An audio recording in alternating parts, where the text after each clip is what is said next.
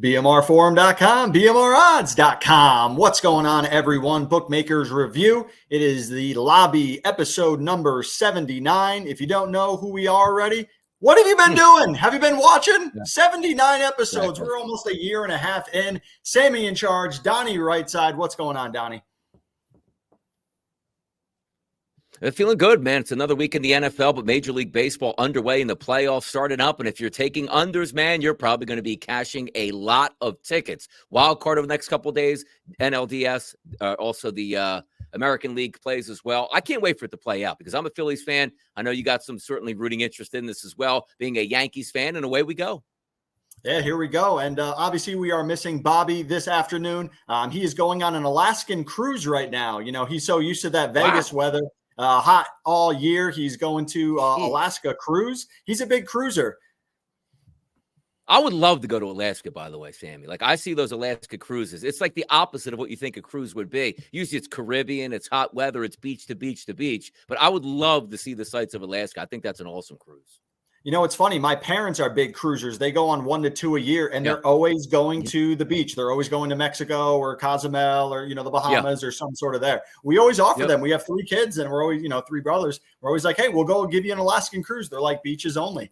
I know personally I have a vacation plan, and I'm going to Charlotte, Carolina, November 1st through 4th. I'm actually going to go to a Carolina Panther game, home to New Orleans. The good thing about them being the worst team in the league is that I got really good tickets for $650. So I'm taking advantage.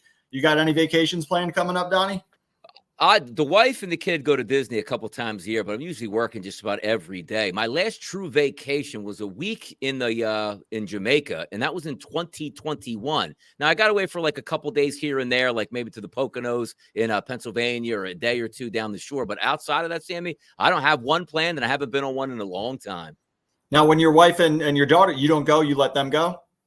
They go by themselves. Yeah. They'll usually go on like, Thursday to a Sunday or something like that. And a lot of times, like either I'm working in football season, there's no way. Like once September starts, I'm booked all the way to the Super Bowl. So when they get away, it's not a big deal because I'm working typically anyway. So enjoy it, have fun, and I'll hang behind. But I do always get those bonus points that, look, man, you guys go on vacation all the time. I never get to go. You can go anytime you want. And that sort of like defeats my argument because I can, but I refuse to. Hey, it's a vacation when you got a quiet house, right? It is, yeah. Well, let's get right into it. We're going to start off, of course, with baseball. We got the playoffs going on. But first, we have a season-long regular season contest that has finally ended. Shout out to Jerky. JDS put $2,000 of his personal money on the line for this contest. Wow. I'm personally happy. I was up at 6:45 every day grading this, so it's been a long season. But shout out to the top 4. $150, fourth place, Empire Maker. Number 3 for $350, White Phil Ivy. Second place for $500, W. Wermeyer. And at first place with a 7-unit win, Sunshine 11 for $1,000. So shout out to the top 4 there. Congratulations to the season-long contest. And we'll see what happens next year. But again, like you mentioned, Donnie, at the start, we got playoff action, best 2 out of 3, which I like way better than the 1-game series. All 3 at home for the better team if it goes to the 3rd game. What do you got on the slate for this afternoon? It always catches me off guard, too, because sometimes I have to remind myself it's only a 3-game set. And then also it's not like, okay, play 2 games in one building and one in the other. Like the wild card team that's home does have a distinct advantage, but sometimes certainly doesn't work out that way. And as I started the show talking off, a lot of unders. Mets Brewers 8-4 went over. The other games 3-1, 1-0, 4-0. And then you're taking a look at a game today that I think it was in the now in the bottom of the 5th inning, still 0-0 between the Tigers and the Astros. So I don't know if they de-juice the baseball, but everything means more. And when you make the playoffs, Sammy, what's that usually mean? You got good pitching staffs. You got good frontline pitching. You got good bullpen guys. You got good closer guys. Every single batter matters, and that's what you're finding out now. For me, it's hard to say, like, okay, Royals and the Orioles, because the higher favored teams, the Astros were around that 175 price, the Orioles in that 150 range, and then basically 2 pick'ems coming up with the Mets Brewers and the Braves Padres. Usually in the regular season, Sammy, I'm trying to angle towards bad pitchers and how I can expose them. They're not really bad pitchers, but also the upside is these games are at 6.5 and 7.5 as totals. So every other bet goes up accordingly. If you like RBI props, if you like base hit props, total props, all that stuff, you're going to get a bonus on. So I went with the Mets today, and I'm saying to myself, okay, I think the Mets can win this game, but I really wanted to bet against Frankie Montas himself. I don't love Sean Manaea by any stretch here. I do think he's a competent pitcher, and these pitchers basically are a coin flip. But the one thing I do know about Frankie Montas, struggles with left-handed batters, Sammy. So I went Francisco Lindor and Brandon Nimmo each to get an RBI. If you split those up, it's plus 180 for Francisco Lindor and plus 190 on Brandon Nimmo. Did it yesterday, hit an RBI, had 2 RBI props, hit one of them at a plus 170 price. That cashes tickets. So today, I'm just looking for the same thing. Lindor and or Nimmo to get an RBI today. That's going to pay out handsomely. If I get both, that's a party. One of them, I'll be happy with it. Now, looking ahead at any future bets, like you mentioned, obviously the Yankees in there. So I'm definitely rooting against the Astros, who have killed the Yankees every year in the playoffs. So I'd love for the Astros to lose against the Tigers today. The Yankees are a big favorite in the AL, and they're plus 400 to win the World Series. The next best is 12-1. And I actually kind of like the Mets at 15-1. They've been the hottest team the second half of the season. They're up 1-0 right now. So they got 2 games just to advance. And they're at 15-1. That's a good price. Whereas, the Dodgers and the Padres are certainly much, much lower. The Dodgers are about 2-1 to win it. Are you taking any future bets for baseball? Yep. I like the Padres all the way through. And again, obviously like them even more since they knocked off the Braves. But you know what's interesting about your Yankees here, as it points out? If you would have told the Yankees when the playoffs started, hey, by the way, the Astros are going to get knocked out and the Orioles, so you don't have to face them. That is a massive win for the New York Yankees. And now, granted, that still means that the Royals are a quality baseball club. I get that. And, if you do have Detroit moving on and maybe they can advance further, still have the Cleveland Guardians involved. But that's a huge win for those two teams waiting around in the ALDS is coming up in the next series, because you would have probably thought the Astros getting that mojo, been there, done it before. And you're saying, with the futures against the Yankees, they could probably pick it. But in the National League, look at the setup that we're having here. Let's just say things play out the way they do. Philadelphia Phillies versus the New York Mets, then the West Coast Padres Dodgers. What awesome series is coming up. But for me, I'm still going to stick to it. I think the Phillies are the best team overall in the National League, the way it sets up in the playoffs. But I love the San Diego Padres at their price point, Sammy. Great lineup, good starting pitching, dominant bullpen. That wins in the postseason. Well, good luck there. And like you mentioned, you got to pick them this afternoon for the Padres or this evening. They got to win 1 out of the next 2 to advance and keep that future going. But before we talk about this next segment, I'm going to mention that it is sponsored by Bet Online. And unfortunately, we are going to talk about the passing of Pete Rose. You like that little segue I had there? Wow. When I talk about baseball, I think about records that will never, ever be broken again. Some sports just have records that'll never be beaten. Joe DiMaggio, 56 straight games, Cy Young, 511 wins. In my mind, those will never, ever be touched. And here's another one. Pete Rose, he had 4,256 hits. Miguel Cabrera, who I think is still active as the closest, he's at 3,174. The next best was Ty Cobb, and those are the only 2 above 4,000. Yeah. Even Derek Jeter, who's 6th all time, was at 3,465. Yeah. So in the sense of should he be in the Hall of Fame versus not, I think everyone thinks that, and obviously that conversation is coming back now that he did pass away. Pretty sad. He was big for the sport. What's your feeling on the matter?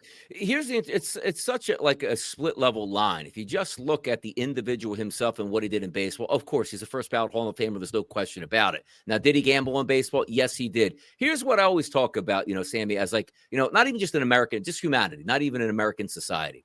If it would have came out when he was betting on baseball and they had the whole report against him and it was guilty as charged, if he would have just apologized and said, you know what, it's the biggest mistake I ever made. I was in a lurch. I was down money. I didn't think it would hurt anybody. And it found out that I did. 10 years probably went by, Sammy. They would have put him in the Hall of Fame. But the fact that when he got banned from baseball, he turned up the gas, telling baseball how bad they were, how much of liars they were. And every single time you went to Cooperstown, when you were inducting a new group of individuals into the Hall of Fame, he would host a book signing right down the street every single year, mounting up to it, just trying to be that sideshow here. If he just said he's sorry and apologized, I guarantee you he would have been in the year 2000, 25 years he could have enjoyed still living, still signing baseballs as a Hall of Famer and the hit king all the way through. Now, his personal life, that gets really dicey here. So you try to separate the situations, what you did on the baseball field and what you were basically as a human being off there. So there's a lot of shady stories that come out on him. But if he just would have apologized, I guarantee you he would have already been in the Hall of Fame. But he was so stagnant, so indignant his whole life towards that, there was no way baseball was ever going to put him in when he was alive. Yep, definitely agree on that. But rest in peace to Pete Rose. And speaking of gambling, another segue. We got poker event. Who's likes poker? Donnie likes poker. I like poker. Poker event number 3, Sunday, October 6th. This coming Sunday, 8:00 Eastern. Remember, the top 5 will get tickets into the finals. Baller coins on the line. Bobby has a link up pinned on the top. So check it out. It's free to enter, and it's at 8:00 while you're watching Sunday Night Football. So what else are you doing? We got a couple sports that are coming back in the fall season. We got the NHL season coming back starting on Friday. The couple overseas games. The regular season starts, I think, on Tuesday. And then you got NBA a few weeks away, preseason about to start, starting on October 24th. So, Donnie, when it comes to preseason, are you watching or are you mainly just following highlights and some analysis? Usually it's just highlights here, right? But as I say that, this is the first hockey season that I'm going to want to watch and enjoy it because the Flyers look like they might actually, Sammy, have a competitive team. And Mitch Koff is one of the better young players in the National League in the NHL, and also one of the favorites to win the Rookie of the Year. So the first time in a long time, I probably will pay attention in October, November, and December to the National Hockey League. Because why? I think the Flyers might actually have a decent team with a young superstar that I can watch and enjoy. Because typically it's like, oh, what are the Flyers doing in January? Oh, look at that. 5th, 6th, 7th place. Yeah, okay. Another wasted year here. So I'm actually intrigued by the National Hockey League this year for the first time in a long time, specifically the start here, Sammy. Yeah, in reference to the Rangers, they're coming off a great season, playoff season as well. Yeah. And there actually is a game, I believe, in March that kind of lines up with my schedule and my friend's schedule that we should be able to go down, take the train, go to Penn Station, go to Madison Square Garden, go bar hopping through the day, go watch the game at night, and always make a good day out of it. So hope to get to a game. How about you? You get to a Flyers game? Not much anymore. I mean, most of my time, since I've got to wake up early to do shows, it's very hard for me to get out and about and go to games. In my past, I've gone to hundreds of Flyers games. But that could change, Sammy. The Flyers are good, and the Flyers making playoff runs. Hey, look, man, I might find myself down at the Wells Fargo Center. No doubt about it. You know what that means? Ticket prices just cost you more. Exactly. Correct. When they're better. Yeah.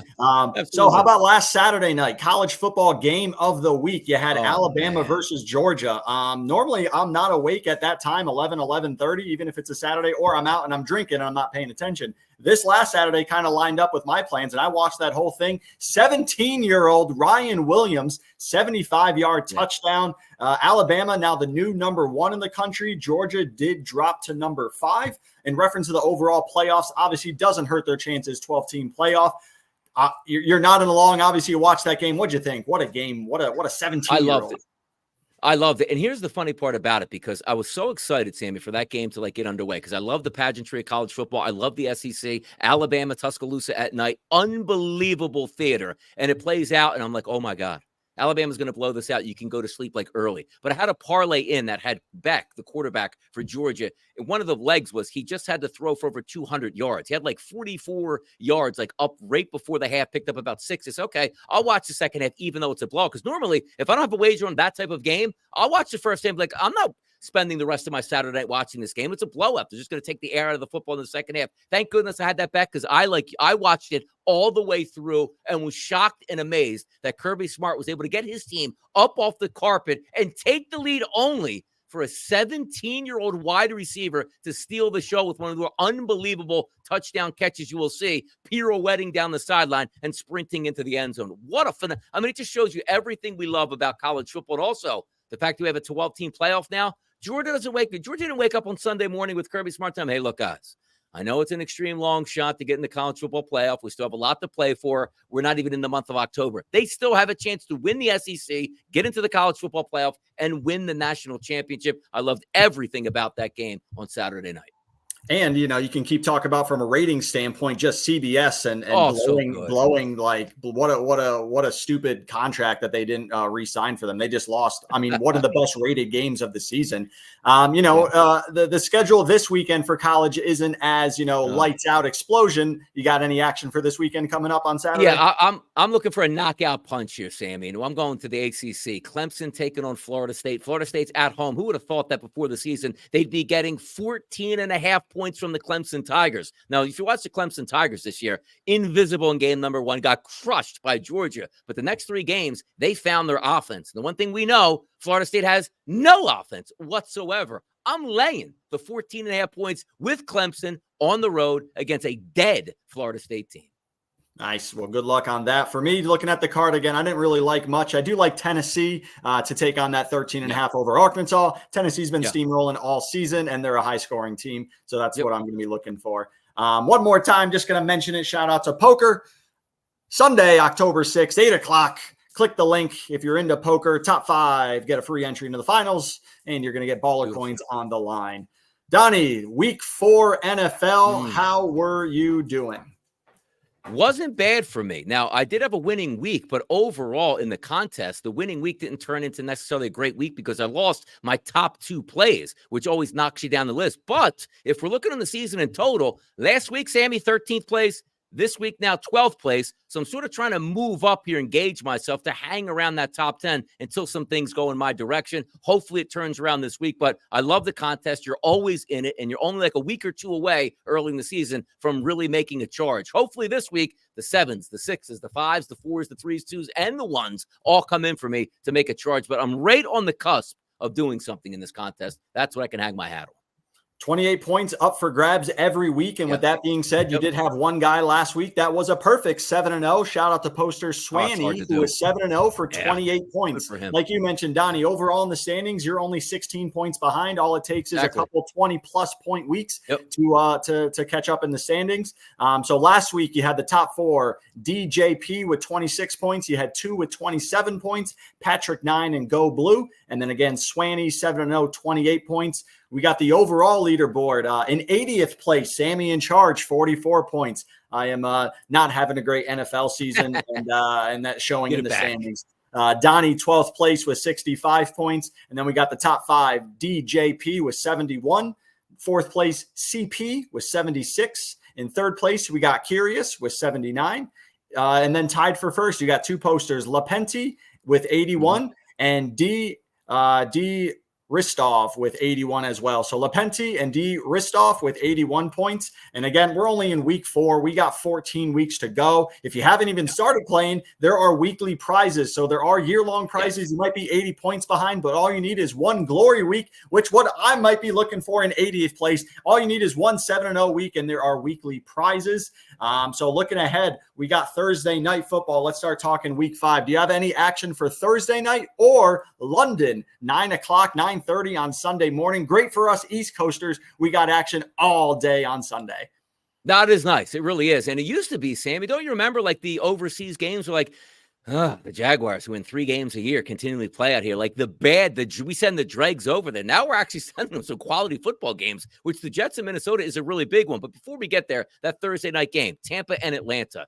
Opened up at 3, sitting at 1.5. Atlanta's at home, won on a 58-yard field goal last week. Tampa Bay crushed my Philadelphia Eagles. It's interesting to see that 43.5 because sometimes you get those unders on Thursday just because teams are so banged up, ready to play in action. Look for a bigger week this weekend. Bijan Robinson was banged up a little bit. He's having cleared off of the injury report. Tyler Algier has turned around and had a pretty good year as a backup running back, so that ground game should be in order. But it just comes and factors down to what am I getting out of Kirk Cousins? Because if I get a good Kirk Cousins, they should be able to push the football against Tampa Bay. You know what we're getting out of Baker Mayfield. 2 quality wide receivers on the outside, and Baker Mayfield is a gunslinger. I do think there's a chance this week, even though I try to stay away from totals on Thursday Night Football, they can go over that 43.5. I do usually lean towards the home team. So for me, early here in the week where we try to wait for tomorrow to see those final injuries, I probably would say, you know what? You might be getting some value as opposed to laying the 3 with Atlanta, which means they're probably going to have to win by closer to a touchdown. That 1.5, I'll go that direction. So Thursday football, I'll lean on Atlanta and the over, and that game overseas. I don't like what I see out of the Jets. It's a neutral site game, but am I going to start doubting Minnesota? Because also, sometimes you take a look at teams, Sammy. It's like, who have they played? Oh, nobody. Remember when Seattle went into Detroit? They actually played a good football game, but Seattle didn't play anybody. It was a fake 3-0. Now they sit 3-1. Minnesota's playing the best teams in the NFL and winning handily here, and I'm not going to go with them against the Jets. Yeah, I got to take Minnesota early Sunday morning, Sammy. Yeah, in reference to the 2 games tomorrow, I am on Tampa Bay. It might be kind of a square pick. You know, they definitely have the better offense. Yeah. But really what Kirk Cousins is coming out, because overall the experiment in Atlanta is not what they thought. He's only got 4 touchdowns in 4 games, and he has 8 turnovers. 4 interceptions and 4 fumbles lost. So, you know, in order for Atlanta to compete with Tampa Bay in that high-powered offense, he's going to have to control the ball. And if there's turnovers again, Tampa Bay is easily going to take advantage. In reference to the Sunday night London game, I'm with you on Minnesota. Who's stopping that offense? They are 4-0. Sam Darnold revenge game against the ghost that he sees in New York. He doesn't have to worry about the ghost. They're in London now. Well, who's stopping that offense? Plus, now you have Rodgers having issues with Saleh. So who knows what type of offense is going to happen there. But I'm going to be taking the Vikings, and I think I'm going to be leaning towards Tampa Bay. Now we got the rest of the action on Sunday and Monday night. What do you got for the rest of Sunday? Yeah, in the contest here. And again, sometimes I change these up just based on the order of it, because I usually just go down and say, okay, I'm going to factor in 7s and 1s a little bit later this week. But I do like Houston at home. You're taking a look at Houston being at home, getting a half point from the Buffalo Bills. Now, the Buffalo Bills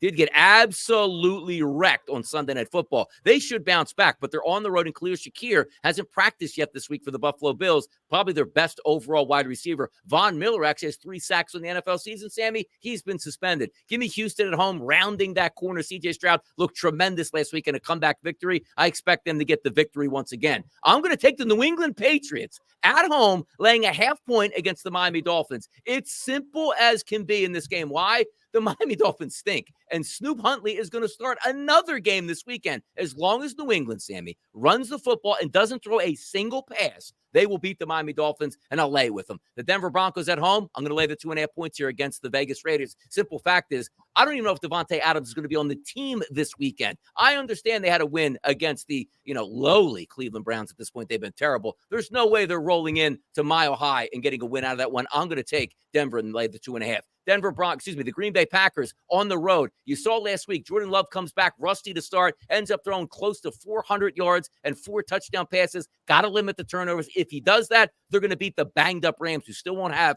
Cooper Kupp, Puka Nacua. I can't trust the team that doesn't have its 2 top stars at wideout. Give me the Green Bay Packers. Seattle at home, I'm going to lay the 6.5 against the Giants. Why? Malik Neighbors still in concussion protocol. You don't bring Malik Neighbors with you on the road, you ain't winning that football game. Give me Seattle, and then the home game, Pittsburgh and Dallas. I'm going to take those Pittsburgh Steelers, Sammy, and I'm going to lay that 2.5 points. You don't have Micah Parsons. You don't have DeMarcus Lawrence on the outside. Now it looks like Brandon Cooks is going to be out for an extended period of time. Things aren't looking good for Dallas. Give me Pittsburgh. Then Monday Night Football. Kansas City's probably going to win that game, but I'm going to take the points with the New Orleans Saints. How about that for a 7-pack? Yeah, well, we're going to start off pretty much where you left off, and I'll work my way down just because we have similar on the last one. Yeah. I like New Orleans as well as on Monday night, plus 5.5. The Kansas City Chiefs are going to be everyone's Monday night bailout play of the week. So it's super square to be on Kansas City. Also, keep in mind that they haven't beat a team by double digits in 8 games. True. The last time they won was against Miami in the divisional round of the playoffs. They win games, but they win by less than a field goal, less than a touchdown. They're 1-possession games. So to take 5.5, you could easily backdoor cover or just keep a close game where Patrick Mahomes is going to get that call and win by a field goal, something like that. In reference to Sunday Night Football, the Cowboys in Pittsburgh, the square play of the week again will be on the Dallas Cowboys for the bailout play on Sunday Night Football. They have the better offense for sure. Pittsburgh offense only averages 18 points a game. They're ranked 22nd. However, they only give up 13 points a game. TJ Watt racking up sacks every single week. He's up over 100 in his career. Future Hall of Famer there. So you're really going up against, can the Cowboys score 20 points? If they can score 20 points, they might win that game. If they can't, then Pittsburgh might win that game. I'm with you on Denver minus 2.5. Las Vegas won last week, but keep in mind, Cleveland really should have won off an 80-yard touchdown pass that there was a holding penalty. And then Cleveland missed an extra point and lost by 4 points where they were in the red zone. So, Vegas should have lost in regulation, or Cleveland should have taken it in overtime and see what happens. But, Denver, they won 2 straight on the road. Their offense is I can say their offense is better 2 weeks ago. Last week, they only put up 10 points, but they did enough to beat the Jets in that weathery game, in that rainy game. But I think Denver is going to take advantage. Las Vegas, again, like you mentioned, is not going to have Devontae Adams. In reference to Washington, I like Washington minus 3 over Cleveland. As always, fuck Deshaun Watson. But they've already lost both games against the NFC East. They lost against Dallas. They lost against the Giants. And Washington might be the best team in the NFC East. 3-1. Their offense is Good. rolling. Jane Daniels, Good. he's running the ball, he's passing the ball, and like we talked about with Kirk Cousins, he's not turning over the ball. So as long as he's able to not turn over the ball, keep his running game going, and keep his accuracy. What's he? 81% pass accuracy. Unbelievable. That going, then Washington should roll at home over Cleveland, and then that's actually the last one I have. So that is my board for Sunday. Always subject to change. I didn't rank them. We'll figure out the ranking system. Yep. But Donnie, anything else you're looking at this weekend?